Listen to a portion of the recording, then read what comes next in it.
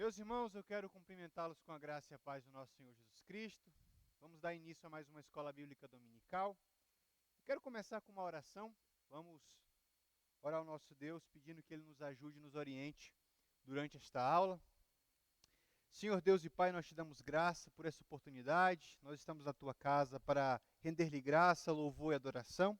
Também queremos te agradecer por esse dia e pelos livramentos incontáveis, Senhor. Muito obrigado pela Tua graça, pelo Teu poder. Ajuda-nos agora, diante da Tua palavra, para que possamos não só entendê-la, mas também aplicá-la em nossas vidas. Nos dê direção, nos dê entendimento, para a glória do Teu santo nome. Amém. Queridos, nós estamos aí numa série de aulas, essa é a 5ª aula sobre o sermão profético de Jesus.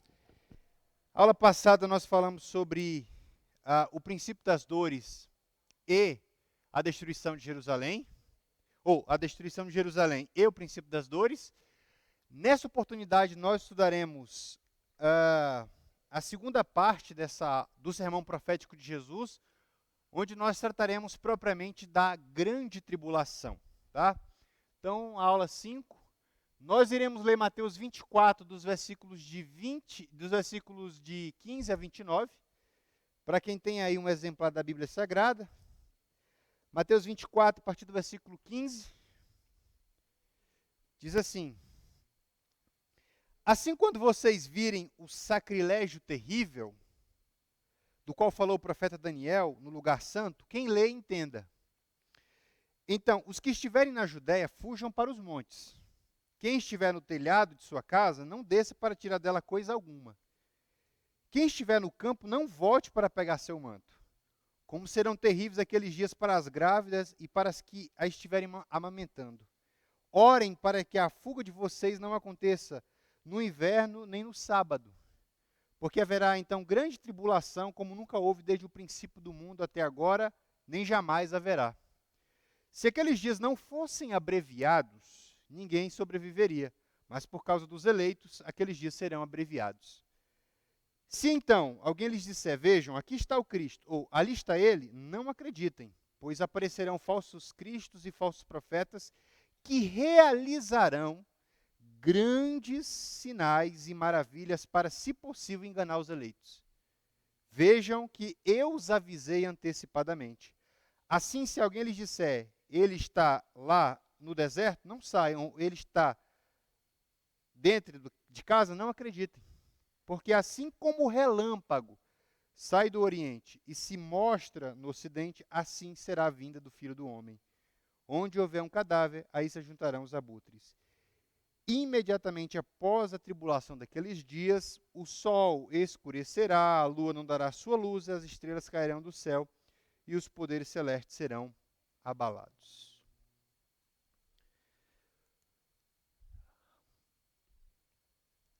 Aula passada estudamos a primeira parte desse sermão, onde nós falamos sobre a destruição de Jerusalém e o princípio das dores. Hoje, nós daremos início à segunda parte do sermão profético de Jesus, que não acaba no capítulo 24 de Mateus, ele vai até o 25, né, onde a gente tem ali a parábola das 10 virgens, 5 delas prudentes, 5 loucas. Ali Jesus vai falar sobre a vigilância e a oração.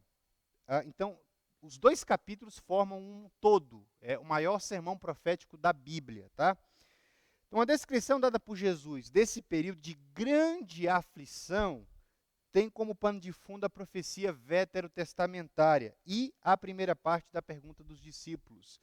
O que eu quero dizer com profecia veterotestamentária? Quando você está lendo o Antigo Testamento, há vários momentos, os profetas, eles falam sobre o dia do Senhor, o dia da ira, o dia de densas trevas, o dia em que Deus irá julgar o mundo. Há várias profecias falando sobre o fim dessa era, ou para usar uma expressão grega, desse aion, como diz Paulo. E encontramos em vários profetas, especialmente os profetas Sofonias, Isaías, entre outros, o prenúncio do fim. Jesus está a par dessas profecias também, mas ele procura responder a primeira parte da pergunta dos discípulos, que é: quando acontecerão essas coisas? Lembrando que Jesus não fala de datas. Jesus fala de eventos. Ou se a gente quiser usar uma linguagem joanina, sinais. São esses sinais que vão apontar quando o fim estiver próximo, ok? Tem uma profecia que está em Sofonias. Sofonias capítulo 1, versículos de 14 a 18, diz assim: o grande dia do Senhor está próximo e logo vem. Ouçam, o dia do Senhor será amargo, até os guerreiros gritarão. Aquele dia será um dia de ira, dia de aflição e angústia, dia de sofrimento e ruína, dia de trevas e escuridão, dia de nuvens e negridão, dia de toques de trombeta, gritos de guerra contra as cidades fortificadas e contra as torres elevadas. Trarei aflição aos homens, andarão como se fossem cegos, porque pecaram contra o Senhor. O sangue deles será derramado como poeira e as suas entranhas como lixo. Nem a sua prata, nem o seu ouro poderão livrar do dia da ira do Senhor. No fogo do seu zelo, o mundo inteiro será consumido, pois ele dará fim repentino a todos os que vivem na terra. Essa é apenas uma das muitas profecias a respeito do dia do Senhor, do dia da ira. E os teólogos, por exemplo, pré-tribulacionistas e, diria, dispensacionalistas, fazem uma distinção ainda. Eles separam dia do Senhor e dia de Cristo. Dia de Cristo, para os teólogos pré-tribulacionistas, seria o dia da recompensa e dos galardão. Mas essa divisão é bem artificial e eu não faço essa divisão por não encontrar respaldo bíblico. Mas há quem faça, tá? Então, dia do Senhor, dia de ira e julgamento. Dia de Cristo, segundo esses teólogos, dia de recompensa e galardão, quando a igreja estará com o Senhor lá nos ares, ok? O livro do profeta Daniel, olha aí, Mateus 24:15, que é citado, era muito conhecido no primeiro século, mas bastante conhecido, era substancialmente conhecido. Jesus faz uso do texto de Daniel. E é interessante observar que Jesus faz uso do livro de Daniel na parte em que fala sobre o sacrilégio terrível, ou a abominação da desolação, na tradução Nova Almeida Atualizada, ou na corrigida fiel, a abominação desoladora.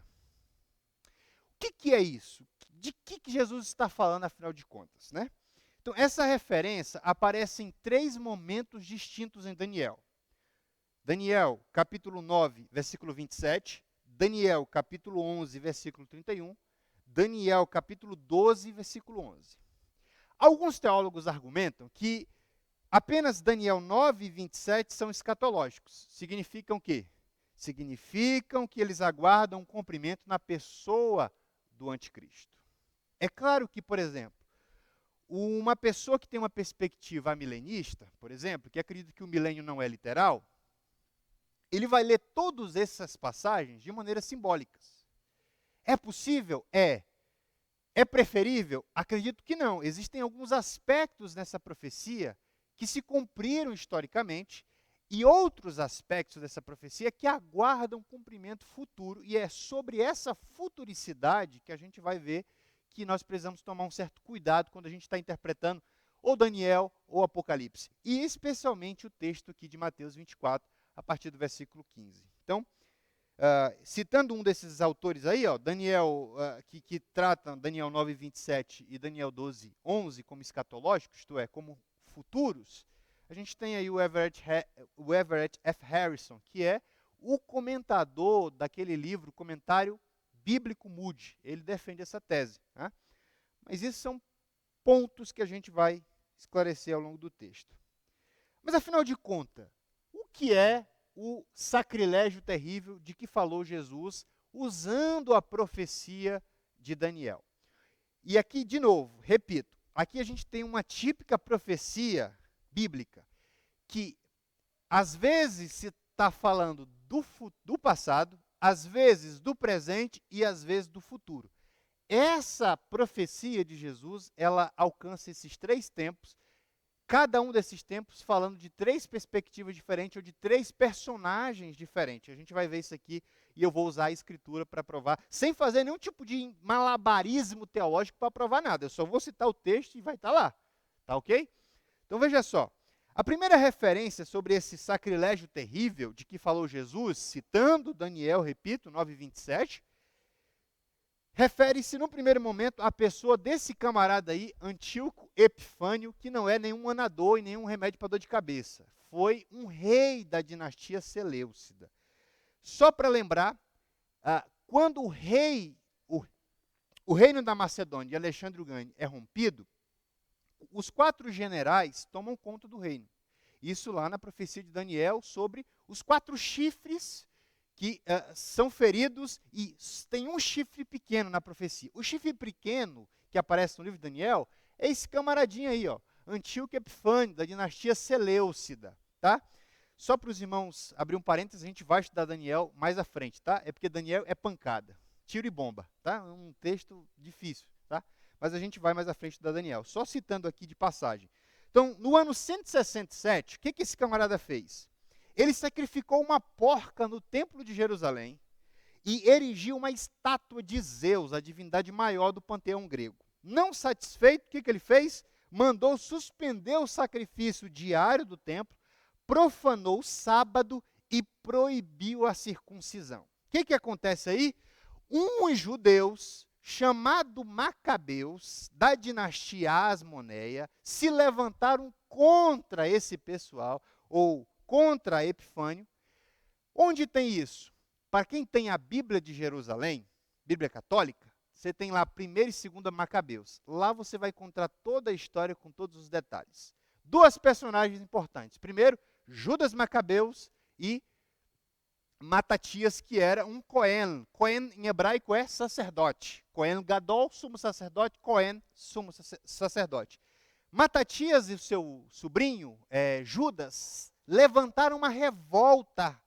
Onde está isso? Sabe a tua Bíblia aí? Essa página em branco aí, antigamente eram 2 páginas. Cada lauda, 100 anos. Então aí a gente tem, de Malaquias a Mateus, 400 anos. Nesse período que a gente chama de silêncio profético, tem muita coisa acontecendo. E uma das coisas é a revolta dos macabeus. Por conta desse sacrifício aqui, desse templo que foi usado de maneira indevida, do que Antíoco Epifânio IV fez no templo. Então, tem-se aí a revolta dos macabeus. A gente tem uma ilustração, não vai dar para ver por causa do sol, os exércitos sírios e os macabeus que ganham essa guerra. Temos um período de paz, o templo é reestabelecido ou santificado e consagrado novamente a Deus. Os macabeus reinam em paz por um tempo, porque tem uma contraofensiva matando milhares de judeus por conta dessa guerra e do templo. Então, essa é a primeira referência que a gente tem aí com relação ao sacrilégio terrível. Só que ela não se esgota aí. A gente tem uma segunda referência ao sacrilégio terrível e é Lucas quem interpreta. Quando Jesus diz, quem vê o sacrifício, lê e entenda, Mateus 24:15, olha o que Lucas entende da profecia de Jesus. E ele já interpreta a profecia. Ele diz assim, Lucas, o evangelista, lê a referência de Jesus e associa a invasão de Jerusalém por parte dos romanos. Olha o que Lucas diz aí em Lucas 21:20, na sua Bíblia. Quando virem Jerusalém rodeada de exércitos, vocês saberão que a sua devastação está próxima. Quando isso acontece? No ano 70. No ano 70, Tito, por mandato do seu pai, o rei Vespasiano, invade Roma. O templo é saqueado. Milhares de judeus são mortos. Muitos desses judeus fogem, outros milhares são mortos, de maneira que, assim, se eu trouxesse em loco o que foi aquele dia, para quem quiser mais informação, Guerras Judaicas, do historiador judeu Flávio Josefo. Essas informações estão lá. Ele foi contemporâneo de Jesus, tá? Flávio Josefo. Então ele narra como foi aquele dia. Por que ele escapou? É curioso, ele escapou porque ele tinha, além da habilidade historiográfica, falava grego fluente e outras línguas, ele serviu como uma espécie de conselheiro. Então, iam matá-lo, mas aí viram, não, é mais proveitoso ficar com ele. Então ele escapou por conta das habilidades. Está vendo a importância de ser alguém que está a serviço de alguma coisa, escapou da morte e escreveu Guerras Judaicas, escreveu a história dos hebreus, um calhamaço de mais de 1000 páginas, e outras obras notáveis, tá? O que eu quero que vocês entendam aí? Lucas lê a profecia e ele entende que o sacrilégio terrível é quando Jerusalém é invadida, os judeus são trucidados, o templo saqueado, o templo é espoliado, as tropas cercam. Sabe quando Jesus disse que onde houver os abutres, aí haverá o cadáver? É mais ou menos essa imagem do que foi aquele dia. Então, o templo foi destruído, saqueado, destronado. Então, houve também a profanação do templo de Jerusalém. De novo, esse episódio acontece na história. Agora, a pergunta que a gente deve fazer aí, lendo Mateus 24:15. Acabou a referência? Porque isso acabou, isso já se cumpriu em Mateus, no ano 70 depois de Cristo, quando o templo foi profanado, destruído por Tito. Mas aí há uma terceira referência. E é essa terceira referência que eu queria que vocês prestassem atenção. Aliás, tem uma citação que não vai dar para ver por causa do sol aqui no templo.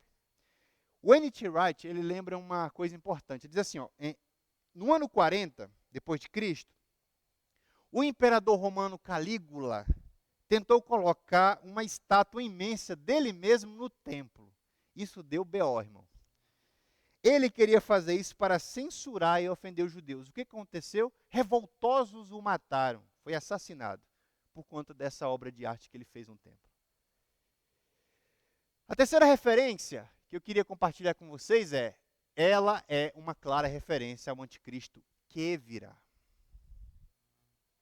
O anticristo, na leitura mais, digamos assim, literal de Apocalipse 13, versículos de 1 a 10, ele fará um pacto com o povo santo e, segundo alguns teólogos, eu vou citar os dispensacionalistas, pré-tribulacionistas, porque são eles que esboçaram, digamos assim, escatologia de um modo mais minucioso, embora haja muitos problemas, tá?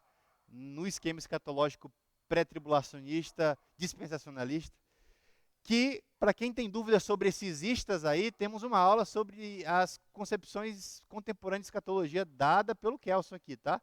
Você entra lá no canal da igreja e revê essa aula. Para quem quiser mais detalhe aqui, ó, escatologia, a polêmica em torno do milênio, desse teólogo batista, que para mim é um dos maiores teólogos batistas que eu já vi. Millard J. Erickson, um dos grandes teólogos considerado o teólogo mais importante do século XX. Ele vai falar sobre as várias perspectivas, falando pró e os contras de cada uma, né?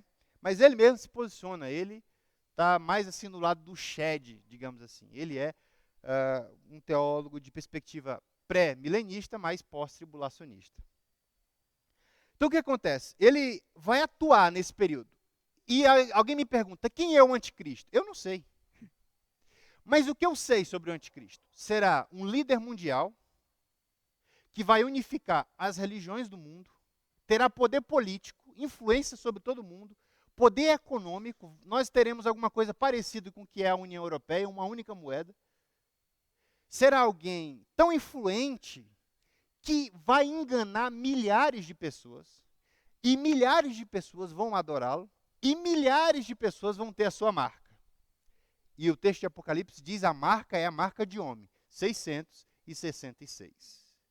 Que algumas pessoas há pouco tempo acharam que era o Macron. Irmãos, o Macron não está dando conta nem lá da França. Imagine liderar o mundo, entendeu? Lá está um negócio terrível na França. Esse cara vai ter carisma. Esse cara vai querer ser adorado. E esse cara tem uma influência e uma lábia, porque ele vai agir sob a influência de quem? Satanás. Apocalipse 13, primeiro, fala da besta que emerge do mar. Apocalipse 13, em seguida, fala da besta que sobe da terra. Então, a primeira besta é alguém que sai do meio das nações. Então, vai ser um líder que sai do meio dos povos. E há muita especulação, irmãos. Por exemplo, a gente fala assim, é Gog e Magog. Gog e Magog, aí o pessoal vai para o mapa e vai dizer assim, é a Rússia e a China. Isso não está claro. Primeiro que Gog e Magog é uma referência a forças do mal, ali é um símbolo, e não uma cidade ou um povo. O que vai acontecer? Essas lideranças anti-povo de Deus vão se unir, porque a última batalha é a batalha do Armagedon. em que esse povo perseguirá as nações e tentará destruir Israel. Todo esse conglomerado anti-Deus que vai ser seduzido pela besta e, de novo, repito, ele tem um poder de sedução muito grande. É um líder, é alguém que tem uma habilidade e que terá um outro alguém que fará propaganda de tudo isso, que é o falso profeta ou a segunda besta que emerge da terra, que vai enganar as nações, que vai fazer com que as pessoas adorem a primeira besta, isto é, o anticristo, tá? Então, logo após a sua farsa ser desmascarado, o que vai acontecer? Quando as pessoas começarem a se recusar a adorar a marca da besta, que eu não sei o que é, exatamente eu não sei, mas diz que é na mão ou na testa. É físico? Também não sei. Não está nada claro no texto que diga que é físico. Porque, por exemplo, nós fomos selados, o selo de Deus não é físico, é espiritual. Por que não o da besta não seria espiritual também? Tá? Então, isso aqui. E não se preocupe, continue tomando a sua Coca-Cola, porque não é a Coca-Cola, tá? Você vai em alguns blogs sensacionalistas aí, dizem que a Coca-Cola é a marca da besta. Eu sei que tem muita gente besta falando isso, tá? Então, segundo Daniel 9:27, o anticristo tentará ser adorado. Porque, irmão, tudo que o diabo quer é o quê? Ser adorado. Ele adora, ele quer palco, sabe? O diabo adora palco. E ele sempre está patrocinando a agenda de gente que quer ser Deus. Não foi isso que ele fez com Jesus lá no se tu és filho de Deus, atira-te aí, pô, vem anjo e te pega. Ou seja, mostra que você é bom. Irmão, Jesus não precisa mostrar nada a ninguém, ele é. Não cai na tentação do diabo. Então ele vai tentar ser adorado a todo custo, e aqueles que não o adorarem, porque verão muitas pessoas que se recusarão a adorar a besta, esses serão perseguidos. Esses serão duramente perseguidos, porque o diabo atuará com todos os demônios, com toda a sua força imperial, por um tempo. E a pergunta que você deve estar me fazendo aí, a igreja passa pela grande tribulação? E aí? Segura aí a pergunta que a gente vai tentar ver isso no texto. Jesus afirma que será um tempo de grande sofrimento. Não haverá tempo hábil para se preparar naquele grande dia. Jesus está se referindo ao dia em que as forças iriam invadir Jerusalém. Olha só o texto aí, ó. Mateus 24, 16 a 20. Não dá para ler? Mas eu cito aqui para vocês. Então os que estiverem na Judéia, fujam para os montes. Há um registro histórico. Quando a perseguição começou, muitos judeus fugiram para o Monte Pela, fora de Israel. Jesus diz, quem estiver no telhado de sua casa, não desça para tirar dela coisa alguma. Os judeus tinham aquelas casas e havia uma determinação num texto de Deuteronômio que eles tivessem parapeito para que ninguém caísse dali. E geralmente as casas tinham telhado. Então Jesus está dizendo, ó, não haverá tempo para preparativos. Lembra da Páscoa judaica? Comam com tudo preparado. Quando der meia-noite, o anjo da morte vai passar, comam rápido para fugir. É mais ou menos esse cenário aqui que Jesus está mostrando. Não haverá tempo para se preparar. Ele continua, quem estiver no campo, não volte para pegar seu manto, porque não haverá tempo. Vai ser um dia de assolação e mortandade. E ele continua, como serão terríveis aqueles dias para as grávidas e para as que as amamentarem. Imagine uma mulher que está amamentando, fugindo de soldados que estão ali, loucos por sangue. Não consegue. E essa é uma das razões curiosas pelas quais Paulo não era casado. Porque Paulo estava constantemente viajando. Não é porque Paulo acredita que o celibato é aquilo de Deus. Tá? Só para deixar claro. Paulo sabia das dificuldades de ser casado num tempo de intensa perseguição, irmãos. E o Paulo vai falar sobre casamento, que não era casado. Pedro era casado, tá? Só fechando um parênteses aqui. Então, seria difícil para uma mulher grávida fugir daquela perseguição com filhos. Então, Jesus está dizendo, ó, quando isso acontecer, desculpe, não vai ter momento de paz nenhuma. E ele diz mais: orem para que a fuga de vocês não seja o quê? No inverno e no sábado. Porque no inverno as condições são terríveis. No Antigo Oriente, de onde a gente está falando aqui, as portas das cidades eram fechadas. Se você fosse bater, ninguém ia abrir. Segundo, no sábado, os judeus observavam uma distância de 1.000 metros, a distância de um sábado. Eles não podiam sair, que era a distância de um sábado. Então, imagina só, tantos empecilhos e a morte vindo com cavalos, flecha e tudo mais. Espada, e você não poder fazer absolutamente nada, porque você está atravancado de coisas. Jesus está dizendo, orem para que a fuga de vocês não aconteça nem no sábado e nem no inverno. Isso aqui falando para os judeus. Aí, Jesus entra num tema aqui que é interessante. Ele fala sobre a tribulação, ou a grande tribulação, propriamente dita, que está aí nos versículos de 21 a 26. A 29, melhor dizendo. Só um adendo importante. Na visão pré-tribulacionista, e eu tenho muitos amigos que são pré-tribulacionistas, tá? Eu não sou pré-tribulacionista, tá? Já dando metade da resposta para vocês. Acredito que a igreja passa pela grande tribulação. Aliás, nós precisamos estar preparados para ela, tá? E eu vou explicar por quê, usando o texto de Mateus aqui. Eu tenho muitos amigos e eles dizem para mim, conversando comigo, ó, o que a gente chama de grande tribulação na profecia de Daniel, ele fala sobre 70 semanas. 69 dessas semanas já passaram. E ali são semanas de anos em Daniel, tá? Mas a 70ª semana, ou a 70 semanas de Daniel, que falta se cumprir, ela é uma semana de 7 anos. 3 anos e meio, vem o Senhor, arrebata a igreja, começa a grande tribulação. Nos 3 anos últimos, começa o que eles chamam propriamente de a grande tribulação. Então, no esquema pré-tribulacionista, grande tribulação é os 3 anos últimos da última semana de Daniel. Então, tem um intervalo aí. Eles chamam esse intervalo de período da igreja, que é o que a gente está vivendo agora. É uma inferência do texto de Daniel, porque quando você vai ler a profecia de Daniel, não está dizendo que há um intervalo, porque quando Jesus morre, se cumpre as semanas.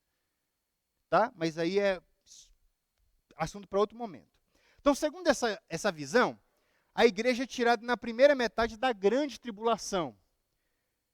Porém, o sermão profético de Jesus não ensina que a igreja será poupada da grande tribulação, irmãos. E é isso que eu queria que você entendesse.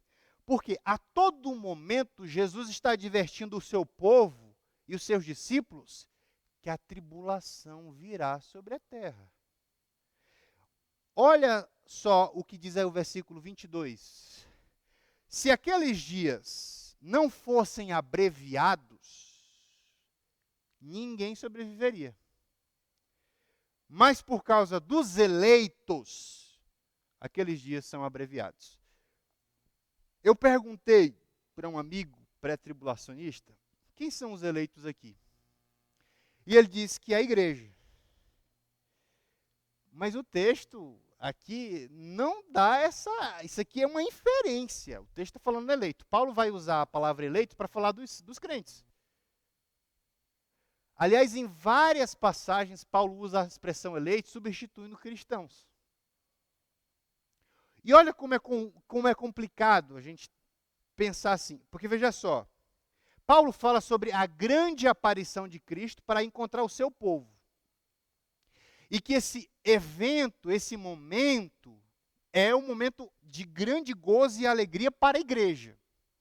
Ora, se Jesus vem antes, qual o sentido da passagem que mostra sobre a aparição de Jesus depois? Se ele vem para nos encontrar. Percebe como é complicado? Mas eu respeito essa posição. Ela não está sobrevoando, ela tem algumas questões importantes. Mas veja só o que a Bíblia diz. Em Lucas 21:35, Jesus diz assim, ó, porque ele virá o dia do Senhor, ou a grande tribulação, sobre todos os que vivem na face de toda a terra. Quem são todos? Todos.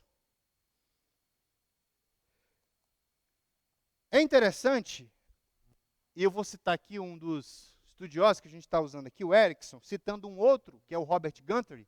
Ele diz assim, ó, a tribulação, portanto, não é a ira de Deus contra os pecadores, mas a ira de Satanás, do anticristo e dos ímpios contra os santos. E a gente vai já ler Apocalipse mostrando Satanás, o homem do pecado, o antropos anomia, que Paulo cita lá no texto de 2 Tessalonicenses 2, que vai perseguir a todos aqueles que seguem a Jesus.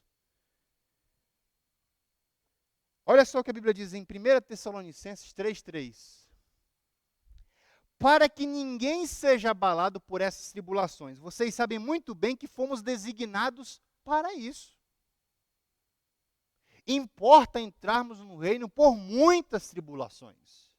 Quando a Bíblia fala de grande tribulação, é a intensificação daquilo que a igreja já vivencia.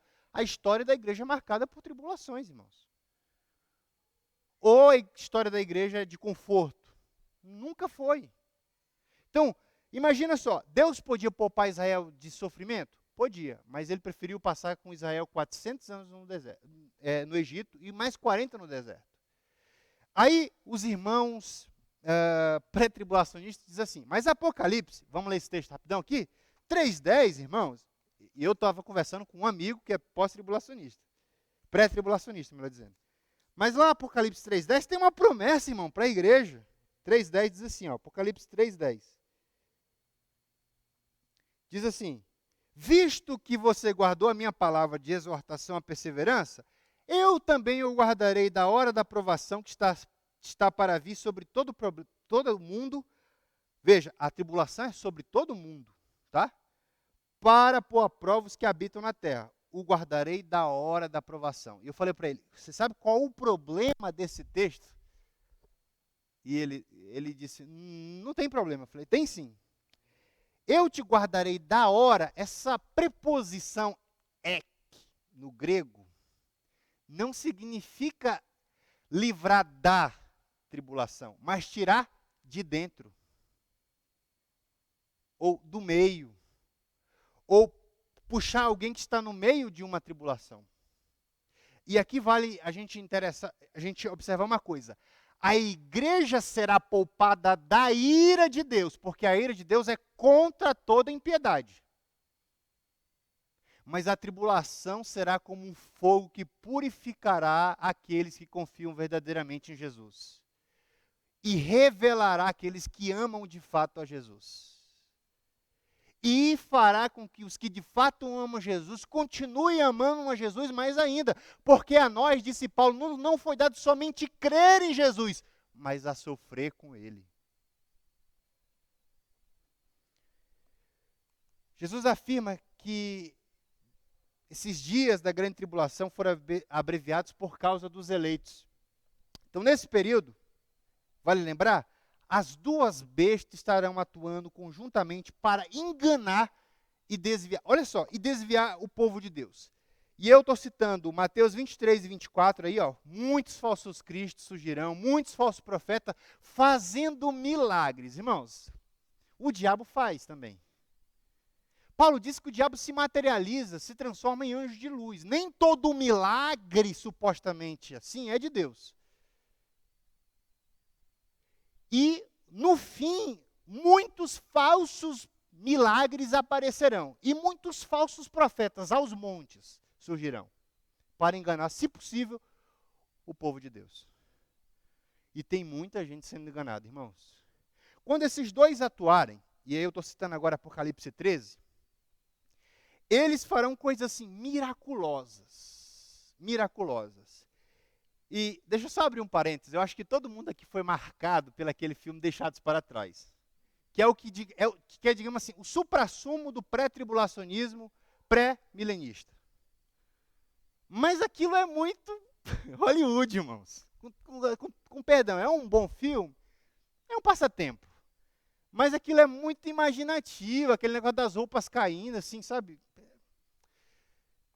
E tem coisas ali que não dá para engolir, irmão. Com todo respeito a quem acha que o Tim LaHaye foi bom naquele filme, não foi não, irmãos.